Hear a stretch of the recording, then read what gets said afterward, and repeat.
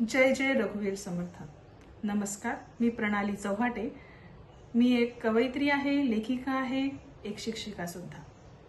मला अगदी लहानपणापासून व अनुराधा राजाध्यक्ष यांच्या व्हिडिओतील आवडलेला महत्त्वाचा श्लोक म्हणजे मनाचा 8वा श्लोक। देह त्यागिता कीर्ती मागे उरावी, मना सज्जना हेची क्रिया धरावी। मना चंदनाचे परित्वा झिजावे, परी अंतरी सज्जना निभवावे। या मनाच्या श्लोकामध्ये दिले गेलेले महत्त्वाचे पैलू म्हणजे सत्कार्य, परोपकार आणि अमरत्व।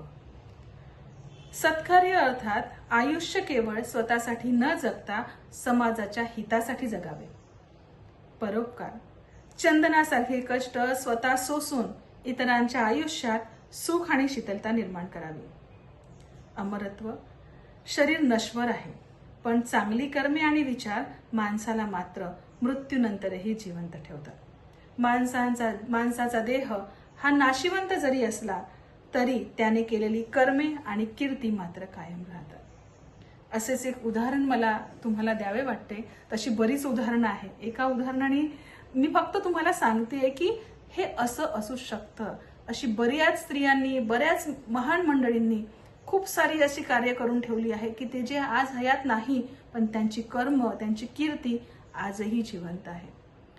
मी वाचलेलं सिंधुताई सपकाळांबद्दल मला ह्या मनाच्या श्लोकावरून आठवतंय की माऊलींनी खूप कष्ट केलेत, खूप सोशिक परिस्थितीतून त्या गेल्या। अगदी लहान वयात त्यांचं लग्न, त्यानंतर लहान वयात झालेलं त्यांचं बाळंतपण आणि त्यांच्या वाट्याला आलेले बरेचसे संकट। त्या संकटातून माऊली एक एक संकट सोडवत पुढे जात गेल्या आणि हळूहळू करता त्या हजारोंची माऊली झाल्या। असं हजारो अनाथ मुलं त्यांच्या जवळ राहायची आणि असं करता करता त्या अनाथांची माऊली बनल्या। त्यांनी केलेल्या कर्मामुळे त्यांची कीर्ती निर्माण झाली आणि त्या कीर्तीतून त्यांना अमरत्व प्राप्त झालं। आज त्यांच्या नावाच्या संस्था आहेत, त्यांनी केलेले कार्य इथेच राहून गेले।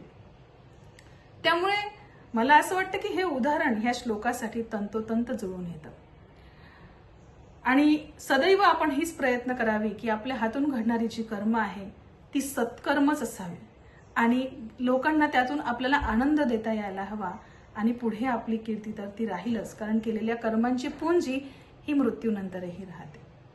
आणि सगळ्यात महत्त्वाचं म्हणजे की अनुराधा राजाध्यक्ष यांनी जो हा मनाच्या श्लोकाचा संकल्प उचलला आहे आणि त्या लोकांना जोडतात आहे ह्या मनाच्या श्लोकाच्या माध्यमातून, ह्या स्पर्धेतून।